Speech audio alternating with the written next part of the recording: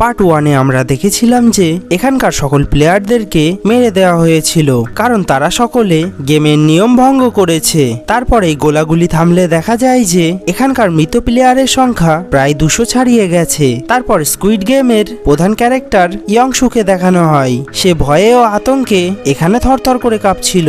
তারপর এই ভয়ানক গেমটি আবারও শুরু করা হয়, কিন্তু প্লেয়ার নাম্বার 1 ভয় না পেয়ে দ্রুত সামনে এগোতে লাগে। তার দেখা দেখিতে অনেক প্লেয়াররা তাকে ফলো করতে থাকে, কিন্তু এখানেও অনেক প্লেয়াররা নড়ে যাওয়ার কারণে এখানে তাদের সকলকে এলিমিনেটেড করে দেওয়া হয়। এটা দেখে ইয়ংশুর অবস্থা তো এখানে খারাপ হয়ে যায়। তখনই ইয়ংশুর আরেকটি বন্ধু তাকে জানায় যে সে যদি কারো পিছনে লুকিয়ে পড়ে তাহলে সে নিশ্চিন্তে এগোতে পারবে। এই গেমটি কমপ্লিট করতে আর মাত্র 2 মিনিট বাকি ছিল, যেটা দেখে সকল প্লেয়াররা দ্রুত সামনে এগোতে লাগে। কিন্তু এখানেও অনেক প্লেয়াররা আবারও মারা যায়। তাদের মধ্যে ইয়ংশু যার পিছনে লুকিয়েছিল সেই প্লেয়ারটিও মারা যায়। এই মানুষগুলির মৃত্যু দূর থেকে গেম নির্মাতা একটি স্ক্রিনের মাধ্যমে দেখতে লাগে, কিন্তু এত মানুষের মৃত্যুর পরও তার কোনো যায় আসে না। তারপর দেখতে দেখতে অনেক প্লেয়াররা গেমটা কমপ্লিট করে ফেলে, কিন্তু ইয়ংশু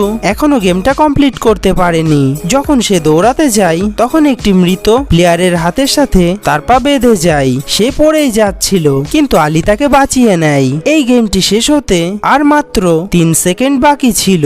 আলী ও ইয়ংশু তাদের প্রাণপণ চেষ্টা করে এই 3 সেকেন্ডের মধ্যে গেমটাকে কমপ্লিট করে ফেলে। বাকি যে সকল প্লেয়াররা এই গেমটা সময় মতো কমপ্লিট করতে পারেনি তাদের সকলকে এখানে লিমিটেড করে দেওয়া হয়। আর দেখতে দেখতে এই ভয়ানক গেমটি এখানে শেষ হয়ে যায়। বন্ধুরা, এই ভিডিওটির পার্ট 3 দেখার জন্য ভিডিওটি লাইক করে চ্যানেলটি সাবস্ক্রাইব করুন।